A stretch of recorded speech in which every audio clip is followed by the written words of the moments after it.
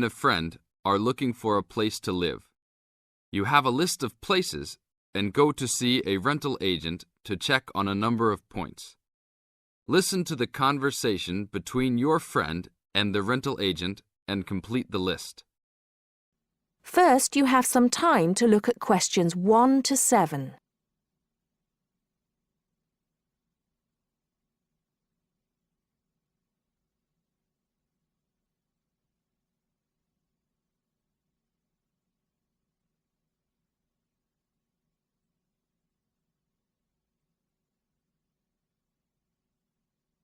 Now listen carefully and answer questions 1 to 7. Hi, we've been looking over your listing of apartments for rent and we have a few questions about a couple of the apartments. Can you help us? Sure. Yep, this is our most recent listing. What would you like to know? Well, we were first wondering about the house on 3rd Street. We can see that it is furnished and rents for $135 a week, but can you tell us how many bedrooms it has? Let's see. In addition to the den, it has 3 bedrooms. The rental on 3rd Street has 3 bedrooms. So in the example, 3 bedrooms has been written down in the number of rooms column for 19 3rd Street. Now we shall begin. You should answer the questions as you listen, because you will not hear the recording a second time. Listen carefully and answer questions 1 to 6. Hi, we've been looking over your listing of apartments for rent and we have a few questions about a couple of the apartments. Can you help us? Sure. Yep, this is our most recent listing. What would you like to know? Well, we were first wondering about the house on 3rd Street. We can see that it is furnished and rents for $135 a week, but can you tell us how many bedrooms it has? Let's see. In addition to the den, it has 3 bedrooms. What about the one on Route 9N? It looks like it's big with a library and a deck, but it doesn't say how much it costs or anything else about it. Oh yes, Mrs. Gaylor's apartment. That one is actually only a 10-month rental and it is going for $156 per week. It's quite a nice place. She only rents for 10 months each year because of horse racing season. Then her relatives all come to stay, so tenants have to move out. It's a little bit inconvenient, but past tenants have really enjoyed their stay there. Oh, well, we need it for a full year. I guess that one is out. How about the rental on Browen Drive?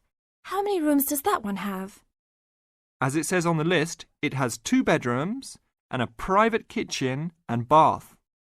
But it's actually a very small place. That's why it's a bit cheaper. Oh. Well then, what about the one that has 3 large rooms? Who is renting that property? That one is a good deal. Mr. John Smith is renting it. But he's quite eccentric and he has a strict rule about no pets. How about cats? Nope, absolutely no pets. Well then, how about this studio apartment rented by Mr. Bo Jensen? How is that one? That ad is actually a bit deceptive. The studio apartment is the whole upper floor of an older house. It's actually very large and, at $45 a week, quite affordable. And it's near campus. I think I'd like to check that one out. Do you have a telephone number that we can call? It's not on the list? Oh, it isn't. Here it is. You should ring area code 518 and then 543-7790. Thanks. I think I'll call on that one first. Your friend decides that he would like to talk to Mr. Bo Jensen.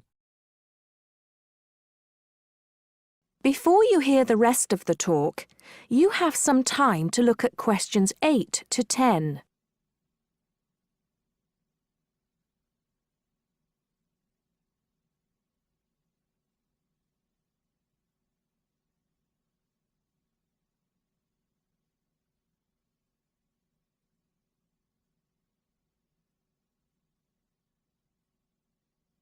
Now listen and answer questions 8 to 10.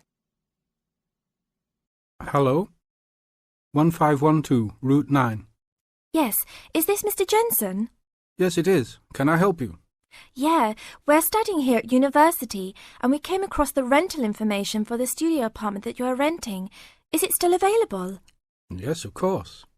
I actually just placed the ad and you're the first person to call.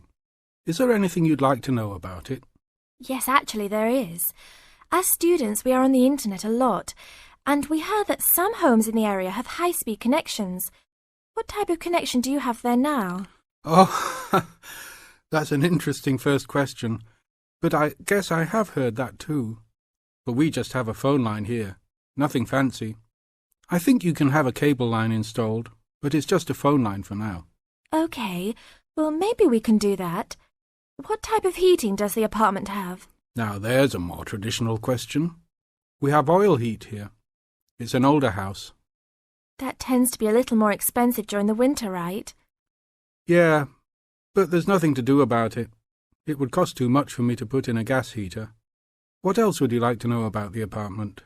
Well, we heard it was quite big. Is it furnished? Actually, yes. I should have put that in the ad. It has an old couch and a couple chairs, a dining table, refrigerator, stove, and even a dishwasher. Does it have any beds? Yep, it has 2. That sounds great. When is the apartment available? You can have it tomorrow night if you want. I just have to clean up a couple things before you get here. Do you want to come over and see it first? No, it sounds fine to us. I actually know the street too, so I know the area. We'll take it. That is the end of part 1. You now have half a minute to check your answers.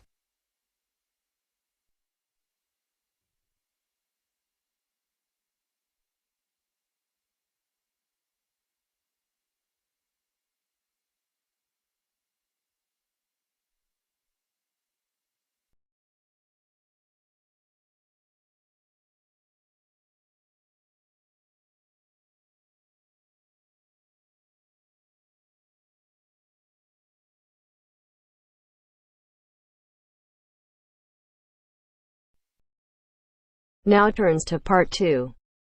Part 2. You will hear a member of the local council describing plans to redevelop part of the seafront of a coastal town. First, you have some time to look at questions 11 to 15.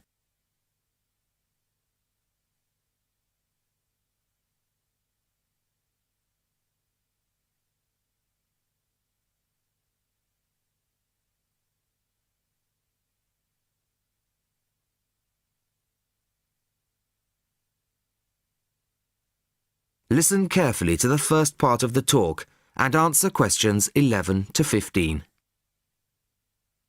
Good evening, everybody. I wasn't expecting to see so many people. Clearly, this is an issue of great local interest. Thank you all for coming. Well, as you all know, I've come to talk about the Council's plans for redeveloping the western part of the seafront.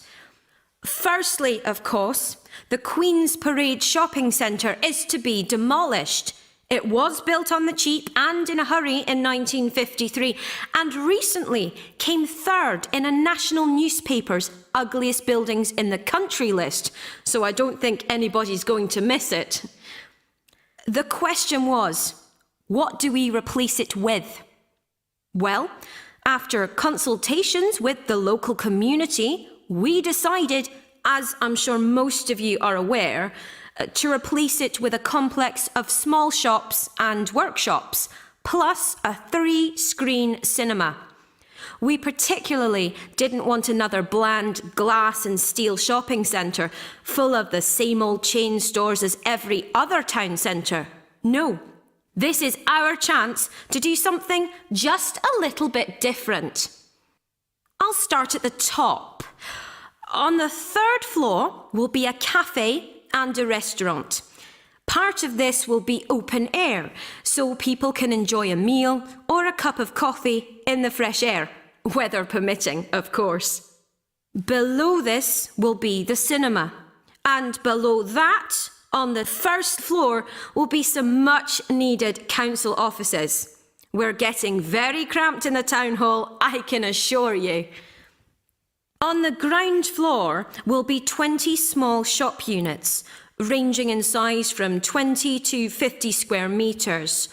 Also on the ground floor will be 5 workshop spaces, which we hope will attract small manufacturing businesses back to the town centre, providing some additional local employment. Underneath the centre will be an underground car park. Not a great big car park like in the present centre.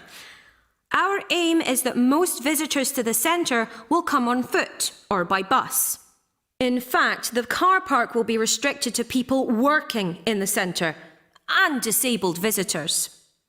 Then, and perhaps this is the most exciting part of the project, the beach in front of the new complex is going to be completely transformed. We're going to extend the beach. Yes, extend it.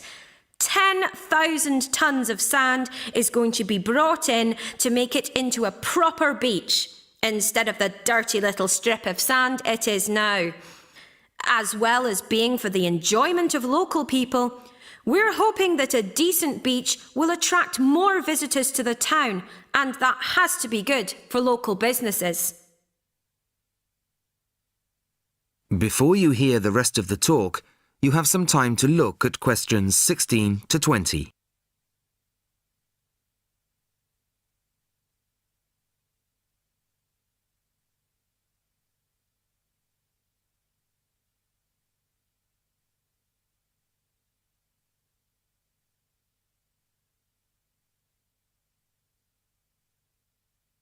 Now listen and answer questions 16 to 20. Now I must emphasise that these plans have not yet been finalised. That's what this meeting is about. Of course, it's vital with a project like this that we have the support of local people. After all, we work for you and it's your money that's paying for it. So, first of all, the plans for the new centre are going to go on display in the town hall. They'll be there from Monday the 5th of March until Friday the 6th of April. Plenty of time for anybody who's interested to get over there and have a look at them, I think. There'll be a suggestions box in the same room as the plans. Anybody who has anything to say is welcome to fill in a suggestions form. These forms will be looked at and taken seriously, you can be sure of that. Then on Tuesday, April the 10th, there'll be another public meeting much like this one, and in this same place. It'll start at 7 o'clock, and there'll be a chance for local residents to address the council. We'll also report back to you on the results gathered in the suggestions box. Anyway, I'd now like to hand you over to my colleague, my fellow councillor. That is the end of part 2. You now have half a minute to check your answers.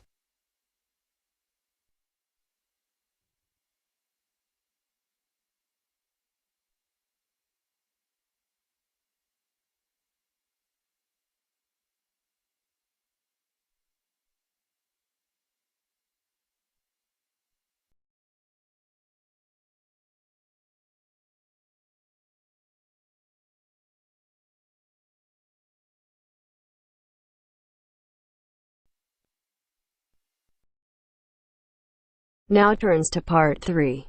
Part 3. You'll hear 2 university students discussing a social science lecture they attended. First, you have some time to look at questions 21 to 24.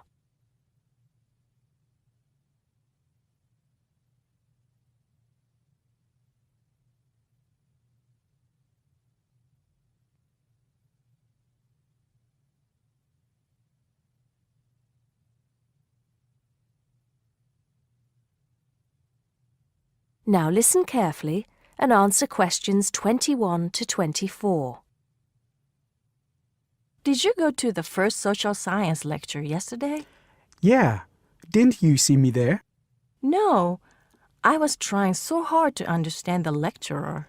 What didn't you understand? A lot of it, really. For example, he said we needed to study history as part of the course, but I didn't get why. You probably missed it. He said early on that we need to learn from our past mistakes. Right. But he also said we need to put ourselves in the place of our ancestors. Why is that? I think the point is that it's not enough to know how they lived and what they did. We need to know what they thought. I see. And I've written transferable skills in my notes next, but I have no idea what that means. If you study social science, you learn skills that you can use in a job. Oh, right. Is that all? Okay, but why is that? The point he made was that in studying social science, you use a flexible and adaptable approach to learning. Before you hear the rest of the conversation, you have some time to look at questions 25 to 30.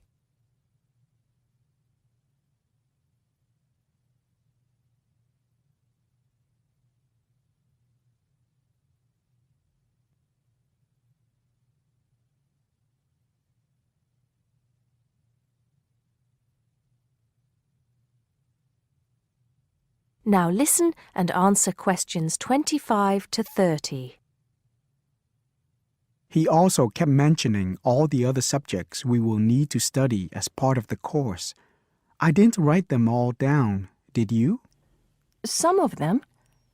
I think I can make sense of my notes. The first one was anthropology, which he said would cover prehistory and archaeology as well. Okay.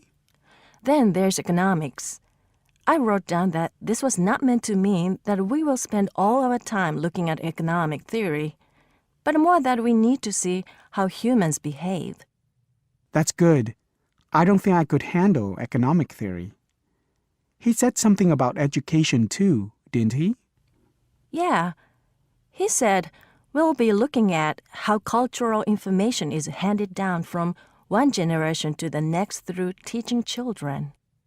He said we'd be focusing on geography too, but I can't really remember which aspects. Can you? I noted it down, I think.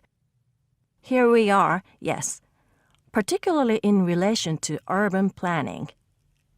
It's law that I got confused about. I didn't understand why he linked that to economics. I think he meant that laws affect the way wealth is distributed. That makes sense. Now, what are the science wars? Okay, I did get that. The science wars are about how social science collects information.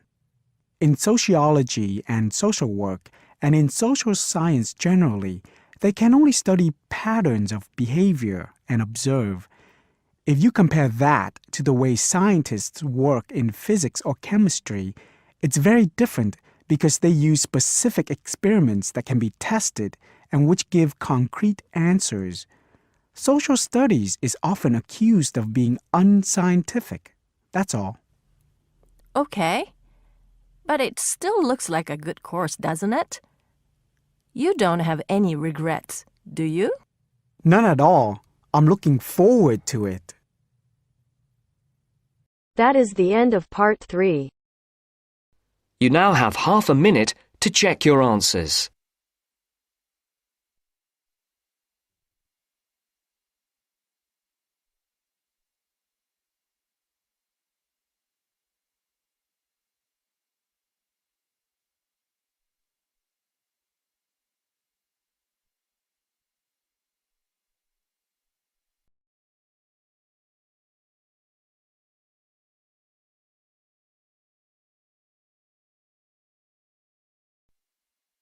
Now turns to part 4. Part 4. Hear a talk given by Don Parker, an expert on computer security, about the computer criminals. As you listen to the talk, fill in the gaps numbered 31 to 40. First, you will have some time to look at the notes below.